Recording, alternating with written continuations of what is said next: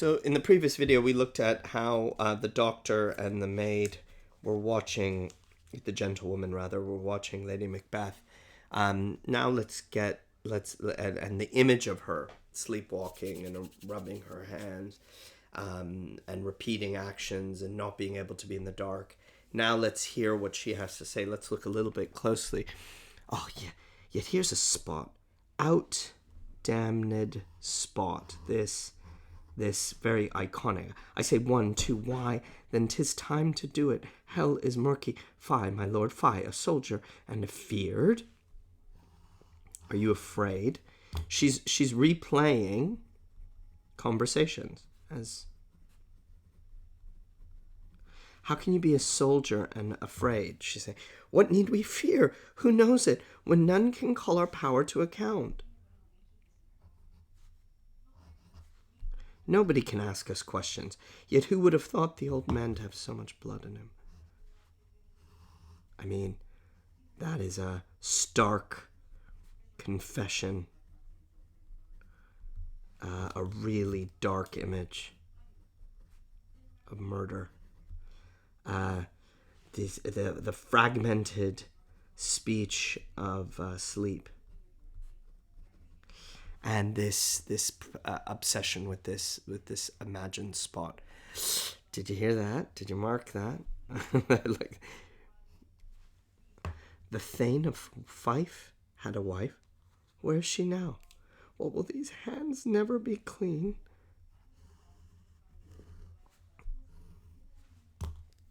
Now, what's going to happen to these women?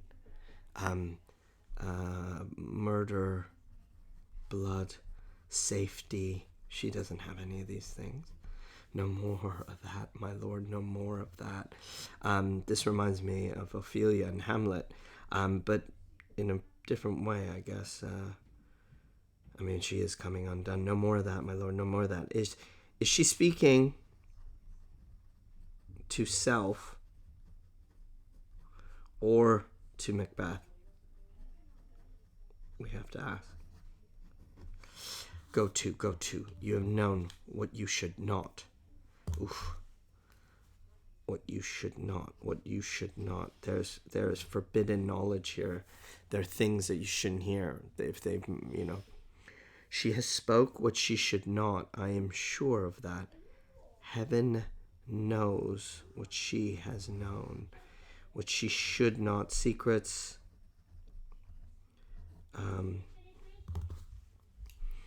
Not to be spoken of, not to be heard. What do you do with it if you do hear it? I mean, here's the smell of blood still. All the perfumes of Arabia will not sweeten this little hand. We've got this image before with Macbeth with his hands. A whole ocean won't clean them. In fact, his hand will make the ocean red. Now we have the smell of blood, which is quite striking.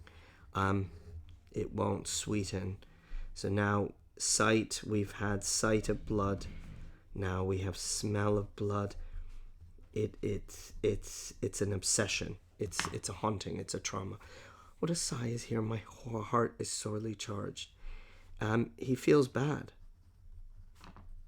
because it feels bad to watch someone suffer like this. It doesn't feel good, as if it's just. I would not have such a heart in my bosom for the dignity of the whole body. She is more judgmental, it looks like. She said this is a crime, whereas he seems like her suffering moves him. Maybe this is Shakespeare giving us our options as an audience. Where do you fall? Well, pray God it be, sir. This disease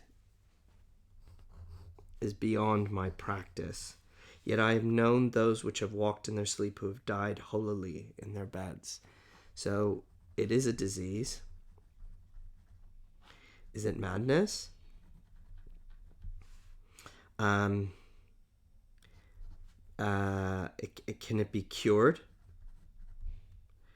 How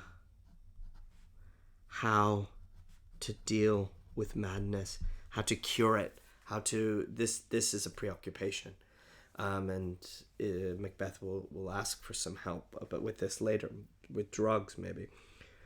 Wash your hands, put on your nightgown, look not so pale. I tell you again, Banquo's buried. He cannot come out of the grave. This is her reassuring her husband. Her husband also has literally almost nightmares.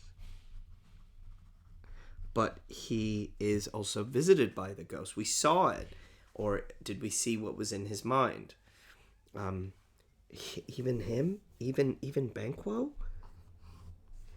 To bed, to bed.